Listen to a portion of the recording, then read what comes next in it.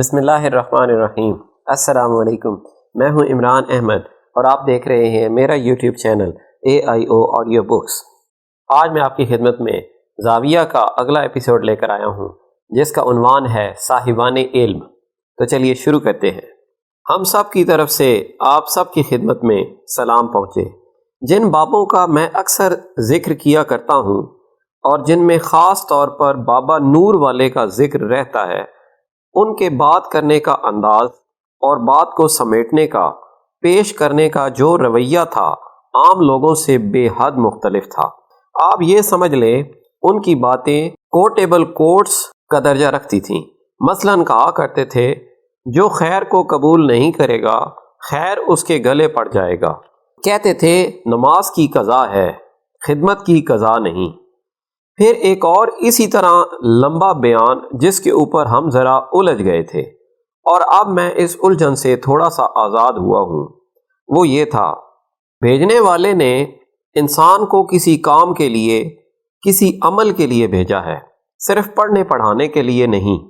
جو لوگ پڑھنے پڑھانے کو عمل سمجھتے ہیں، وہ عمل کے لیے دیا گیا وقت ضائع کرتے ہیں۔ اب یہ بڑی بوجھل سی بات تھی۔ ہم لوگ جو لکھنے لکھانے والے تھے، پڑھنے پڑھانے والے تھے، ان کے لیے گویا یہ ایک بم شیل تھا۔ لیکن ایمانداری سے سوچا جائے، اس پر غور کیا جائے، ڈیرے پر بیٹھ کر اس قسم کی گفتگو نہیں ہوتی تھی جس قسم کی ہم ٹی وی پر بیٹھ کر یا پروگرام میں یا یونیورسٹی کی کلاسوں میں یا کالج کے کمروں میں کیا کرتے ہیں۔ ہم نے اس پر غور کیا، اور غور کرنے والوں میں حبیب جالے مرحوم بھی تھے، وہ بھی وہاں آیا کرتے تھے، اور خاص طور پر صفدر میر، وہ بھی مرحوم ہو گئے ہیں۔ وہ بحث میں شریک تو نہیں تھے لیکن موجود تھے۔ پھر ہمارے ساغر صدیقی۔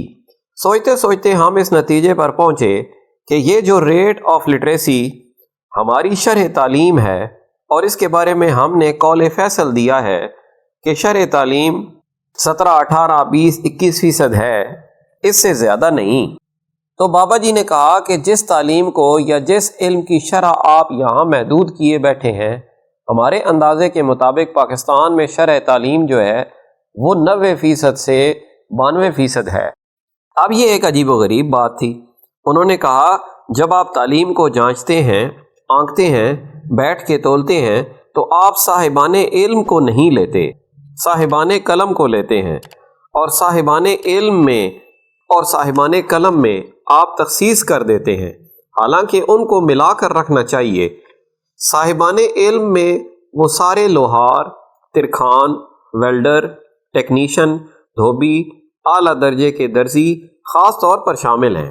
اسی طرح گاڑی والے سب لوگ شامل ہیں، کیونکہ ان کے پاس اپنا ایک علم اتنی شدت اور اتنی ہی مضبوطی کے ساتھ قائم ہے جس طریقے کا دوسرا علم۔ لیکن ہم لوگ صرف اہل قلم کو یا حرف شناس کو ہی صاحبان علم سمجھتے ہیں۔ یہ زیادتی کی بات ہے۔ تو وہاں سے کچھ متاثر ہو کر جب میں آیا، گھر پہنچا تو میں نے اپنی بیوی بانو قدسیہ سے بات کی۔ انہوں نے کہا، لا حول ولا قوت، یہ آپ کیسی بات کرتے ہیں؟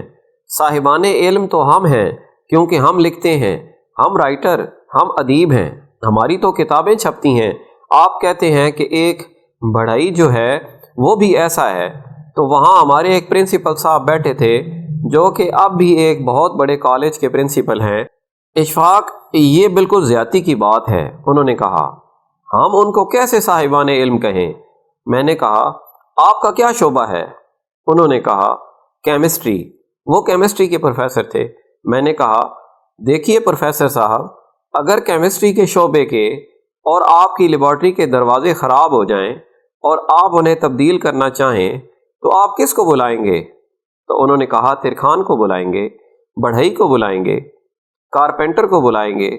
تو جب وہ کارپینٹر آئے گا، اس کا جائزہ لے گا، تو وہ کہے گا، دیکھیے یہ 3 دروازے ہیں، آپ 2.5 مکسر لکڑی منگوا لیں۔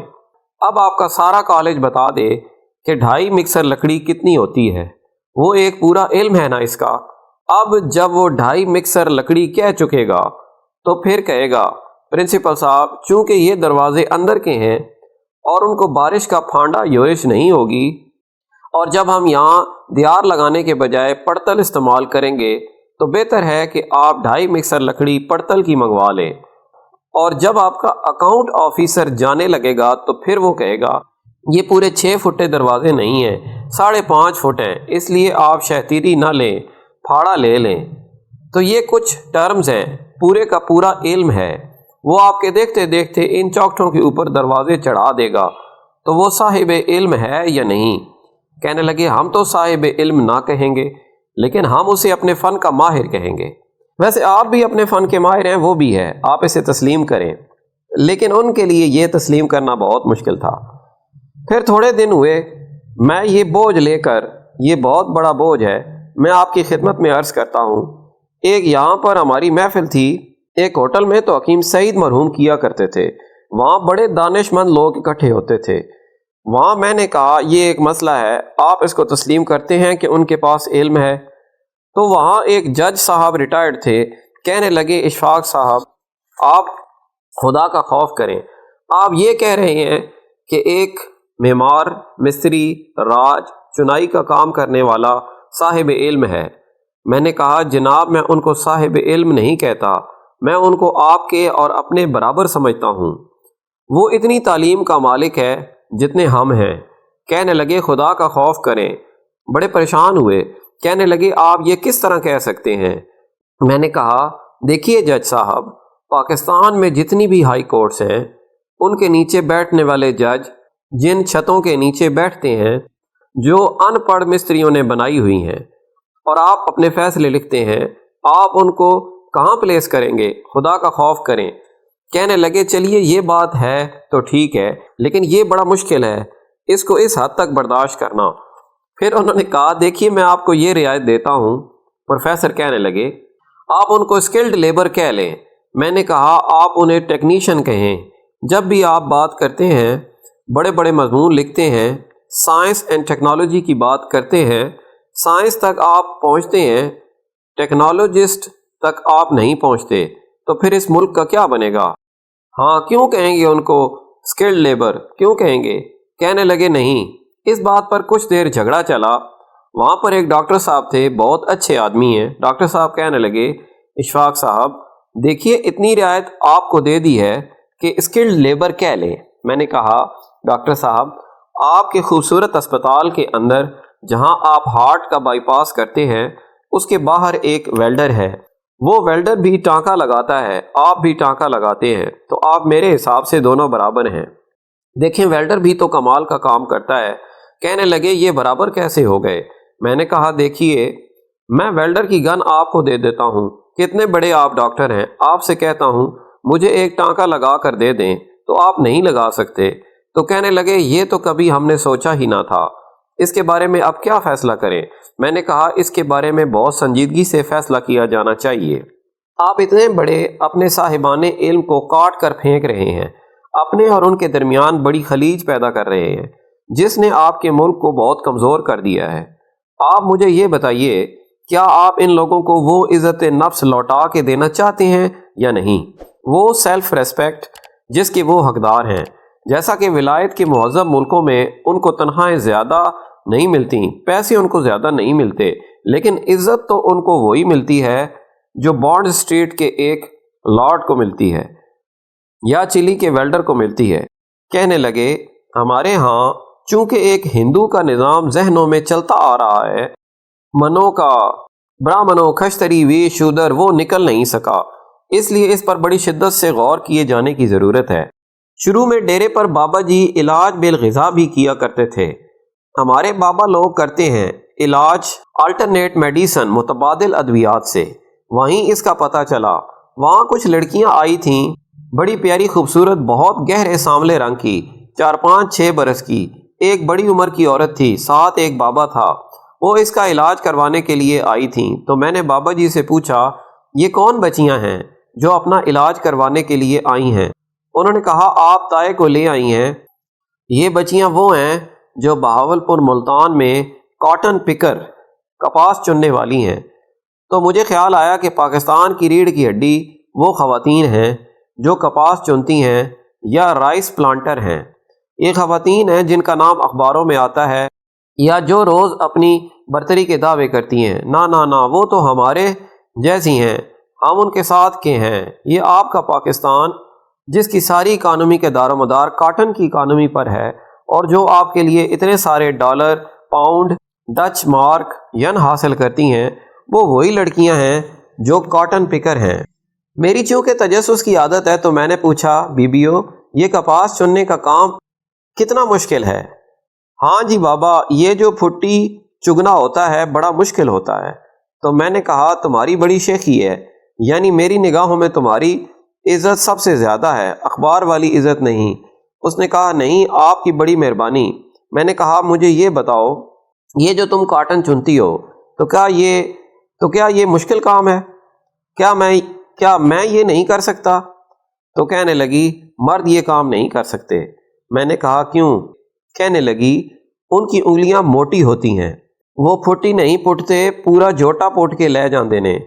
تو اگر مردوں کو یہ کام دے دیا جائے خدا نخواستہ تو آپ کی اکانومی جو ہے، یہ جو آپ تھوڑا بہت فارن ایکسچینج کماتے ہیں، یہ بھی نہ ہو۔ اس طرح یہ جو رائس پلانٹ کی بات ہے، آپ نے دیکھا ہوگا، گاؤں میں دیکھا ہوگا، وہ عورتیں جو پانی میں کھڑی ہو کے لگاتی ہیں اور وہ پیچھے کو چل رہی ہوتی ہیں، تو پیچھے کو جب آپ دیکھتے ہیں حیرانی سے کہ وہ لائن بالکل سیدھی ہوتی ہے، پھر وہ پیچھے ہٹتی جاتی ہیں، پھر وہ اپنا گانا گائے جاتی ہیں، پھر وہ اس میں پلانٹ کرتی ہیں، تو وہ کم از کم میرے حساب سے رائس پلانٹنگ کی یا رائس ایگریکلچر کی MSc ہوتی ہیں، اور ان کے ساتھ جو بوڑھے کام کرنے والے ہوتے ہیں وہ PhD کا حق رکھتے ہیں۔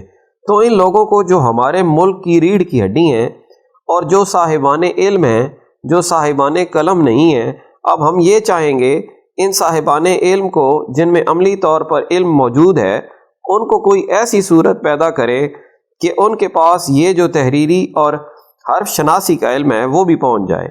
پہنچ اس لیے نہیں رہا کہ ان کو ہم نہیں مانتے۔ اس بارے جہاں جہاں میرا جھگڑا چلا صورتحال ایسی ہی تھی۔ ایک فوجی تھے، وہ کہنے لگے کہ یہ جو آپ کی باتیں ہیں، یہ آپ کی باتیں عجیب عجیب سی ہیں، ہم ان کو کیسے مان لیں؟ میں نے کہا سر، آپ اپنے 32.5 لاکھ کی موٹر محمد صدیق ان پڑھ مستری کو دے آتے ہیں اور ان سے کہتے ہیں 2 دن میں ٹھیک کر دیں، وہ کہتا ہے نہیں 2 نہیں 3 دن لگیں گے، یہ کمپنی بے عقل ہے، اس کو بنانی نہیں آتی۔ تو اب میں آپ لوگوں سے، آپ کی وساطت سے، اپنے سارے حضرات سے پوچھتا ہوں، کیا پاکستان میں یہ وقت آ سکتا ہے کہ ہم اپنے آپ کو مضبوط رکھنے کے لیے، اپنے آپ کو طاقتور رکھنے کے لیے ان لوگوں کو بھی اپنے ساتھ شامل کریں؟ ان کے ساتھ کوئی رشتہ داری نہیں کرنی، ان کے ساتھ کوئی محبتیں نہیں کرنی، ان کے ساتھ کوئی پیسے میں ترقی نہیں، لیکن جب آپ جائیں تو ان کو اتنی عزت ضرور عطا کریں جتنی جب آپ ولایت جاتے ہیں تو ایک ٹیکسی ڈرائیور کو عطا کرتے ہیں۔ میں آپ کی خدمت میں یہ سوال پیش کر رہا ہوں اور اپنے ناظرین اور سامعین کی خدمت میں بھی کہ اس کو کیسے حل کیا جائے۔ میں یہ چاہتا ہوں کہ کل غروب آفتاب سے پہلے ہم سارے مل جائیں اور اس مضبوطی کو اپنا لیں جو آپ بڑے فخری انداز میں کہا کرتے ہیں کہ ترقی یافتہ ملکوں میں یہ ہوتا ہے، وہ ہوتا ہے۔ میرے خیال میں ہم کوئی ایسا ڈھانچہ بنائیں جس میں صاحبان قلم کے ساتھ تھوڑا سا عملی طور پر ان کو بھی اپنے کام کرنے کا موقع ملے، انہیں تھوڑے سے حروف وہ بتائے جائیں کہ آپ جو عمل کر رہے ہیں، ایک بندہ تیسا چلا رہا ہے، رندہ مار رہا ہے، اس میں اس کو پتہ چلے کہ اس میں کیا کیا دنیا نے کمال دکھایا ہے اور کیا کیا کام ہو رہا ہے۔ تھوڑی سی حروف شناسی بھی آنی چاہیے۔ اشفاق صاحب جیسے انہوں نے پیچھے سے شروع کیا تھا، کئی دفعہ حکومت نے تعلیم بالغاں الف بے پے سے شروع کر دیتے ہیں اور اس کا کوئی فائدہ نہیں ہوتا۔ اگر اس لائن میں جیسا آپ نے فرمایا جو عملی کام کرتے ہیں، اب ان کو پش کرنے کی ضرورت ہے۔ اگر ان کے لیے کوئی ادارہ یا کوئی نظام قائم کیا جائے، واقعی یہ ان کی تھوڑی سی کمی ہے جو عملی طور پر سب کچھ جانتے ہیں۔ اب یہ ہے دوسروں کو سمجھانے کے لیے یا کچھ کرنے کے لیے، یہی چیز وہ کوئی صاحب علم ہو، جیسے کہ نجمہ نے کہا، ہم اپنے علم پر تھوڑا سا فخر کرنا شروع کریں گے تو ہم میں تقویت آئے گی۔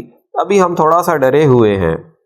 میری بھانجی ہے، وہ MSc ہے، پروفیسر ہے ہوم اکنامکس کی، اور اس نے اسپیشلائز کیا ہے کھانا وغیرہ پکانے میں۔ لیکن ہمارے گھر میں جب کوئی دعوت ہوتی ہے تو ہم صدیق باورچی کو بلاتے ہیں۔